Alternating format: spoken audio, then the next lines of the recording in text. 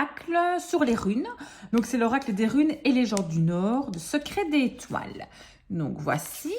Alors, oracle des runes, légendes du Nord.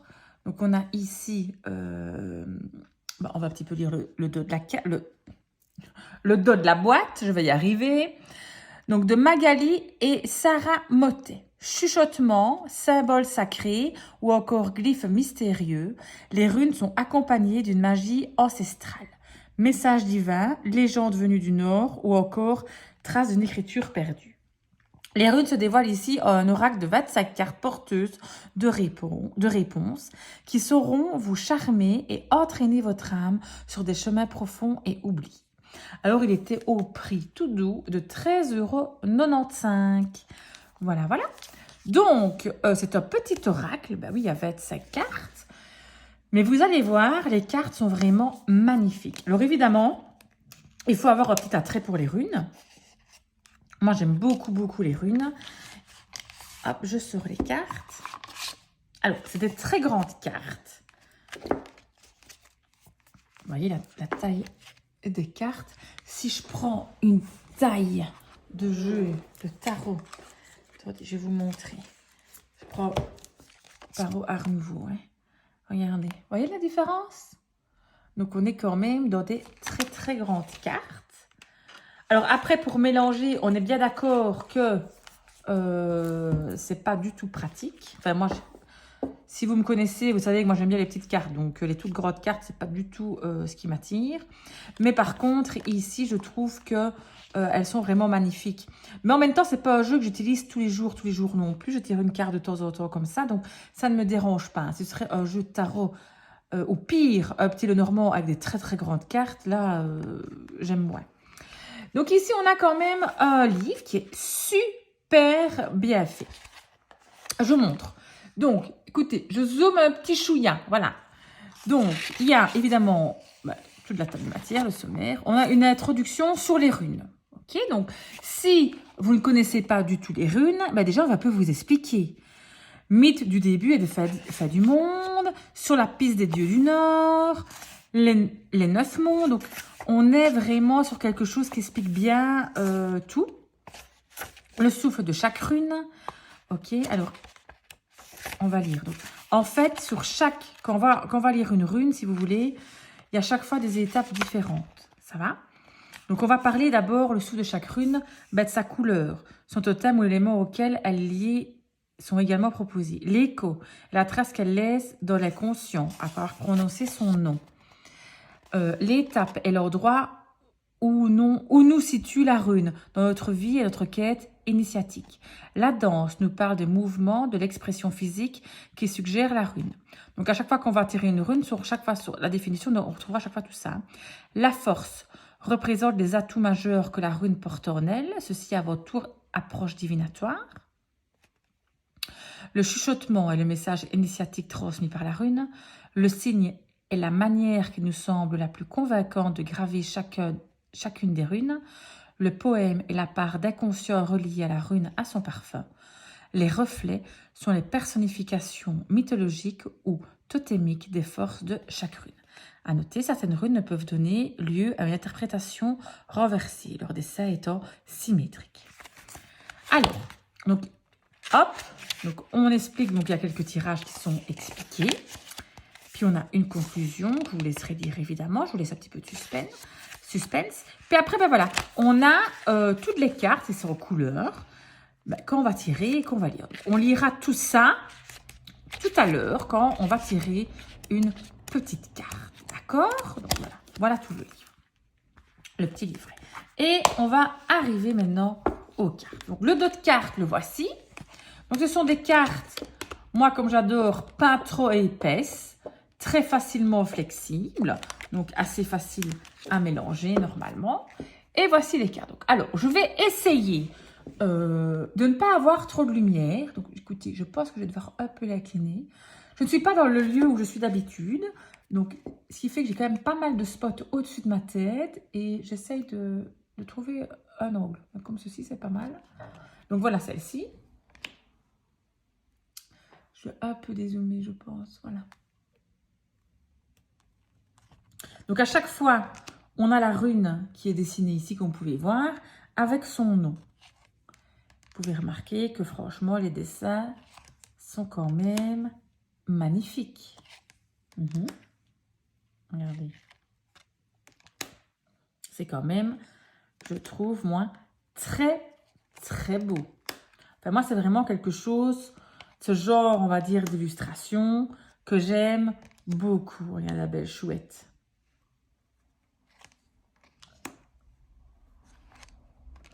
Donc, c'est un petit oracle hein, que ce que va de sa carte. Mais je trouve qu'il fait tout son effet. Alors, ici, vous voyez, il y a un dragon d'eau, je dirais. Je ne sais pas si vous voyez bien. J'essaie avec cette lumière, hein, chat. J'essaie de vous montrer ça. Pas facile. J'ai mes chiens qui sont à côté. Vous allez peut-être les entendre, c'est normal. Hein. Donc, il y a mon chien qui fait du bruit. J'ai ma bougie qui vient de s'éteindre.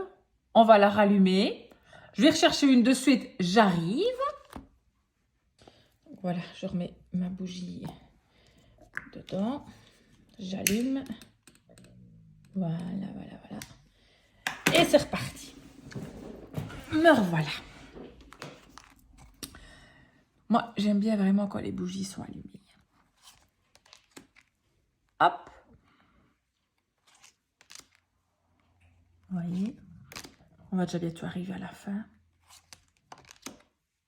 Mais c'est vraiment... Donc du coup, l'avantage avec des grandes cartes comme ceci, c'est qu'on peut voir vraiment bien tous les détails de la carte. On peut vraiment se focaliser dessus. Alors, je vais tirer une carte. Donc, évidemment, la mélanger comme ceci, c'est pas possible. Enfin, moi, j'arrive pas. Donc, on doit mélanger comme ça. Il n'y en a pas beaucoup, donc c'est relativement facile. Franchement, très très facile à mélanger. Elles glissent bien, hein, vous remarquez qu'elles sont brillantes.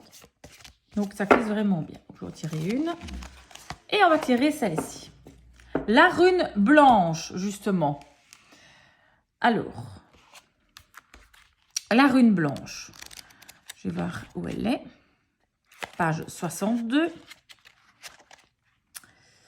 Alors, la rune blanche, pour vous dire la vérité, moi, dans les runes, je ne l'utilise jamais, la rune blanche, dans le sens où c'est une rune qui a été inventée par un Californien il n'y a pas si longtemps que ça. Et à la base, dans les runes, il n'y avait pas de rune blanche. Donc, moi, c'est pour ça que quand je fais les runes, la rune blanche, je la tire à chaque fois.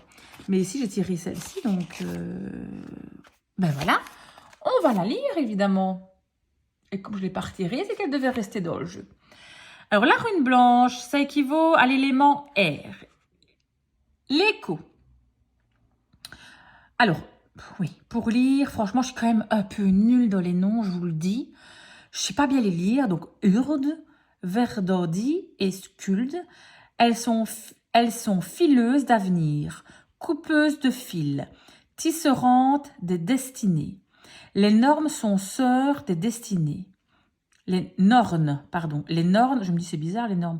Les nornes sont sœurs de destinée. Elles décident du sort des dieux, des hommes et du monde. Assises au pied de l'arbre monde, les trois prophétesses abreuvent ces racines de l'eau de la fontaine sacrée. Alors l'écho, si on se souvient de ce que c'est, l'écho est la trace qu'elle laisse dans l'inconscient après avoir prononcé son nom.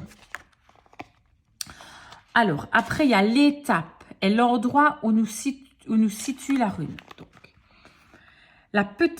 le petit enfant ou le vieillard. La rune blanche est présente à tous les instants. Okay. La force représente les atouts majeurs que la rune porte en elle. Alors, c'est la force du destin, la toute-puissance du lâcher-prise, de la confiance indécible dans ce qui nous échappe. La fluidité ici est toute puissante. Okay. La danse, nous parle de mouvement, de l'expression physique que suggère la rune. Alors, la navette sur le métier, incessante et rythmée. Le rouet tourne. Le ciseau grince et coupe. La trame invisible des jours de chacun se crée, qui s'estompe dans la brume. Chuchotement est le message initiatique transmis par la rune. Okay. Tout est permis. Le destin s'ouvre au probable. Tu te tiens au carrefour des 4 chemins. Et 4 est là. Le moment est venu de reconnaître la part qui revient aux dieux. Le voile est si ténu entre les mondes que la rune blanche te laisse un instant entrevoir ton futur. Laisse-toi traverser par le grand vent du sacré, le souffle du dragon, le chemin deviendra dès lors lumineux. Ensuite, le signe est la manière qui nous semble la plus convaincante de graver chacune des runes. Sur de l'argile blanche, dessine ton destin à l'encre de tes rêves. Le poème est la part d'inconscience reliée à la rune, à son parfum. Trame soyeuse des fils de l'aurore, entrelaçant des pactes cycliques, tu les tresses en respirant les longues traînes de pollen. Alangui au ventre des collines, au creux de ta main se tient ton destin. Et le reflet sont les personnifications mythologiques ou totémiques des forces de chaque rune. L'énorme fil et tisse les fils de toute vie.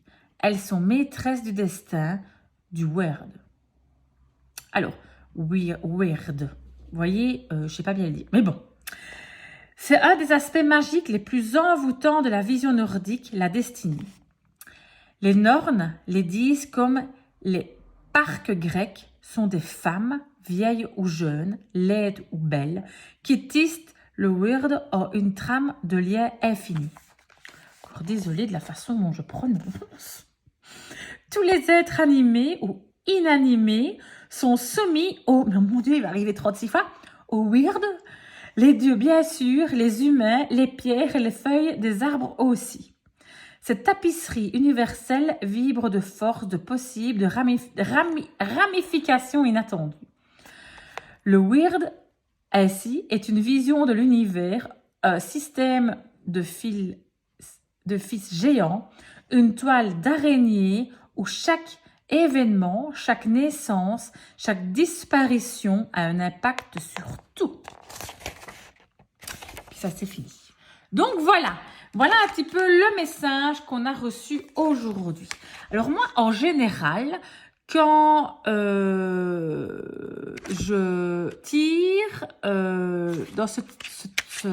avec ceci, je regarde le chuchotement.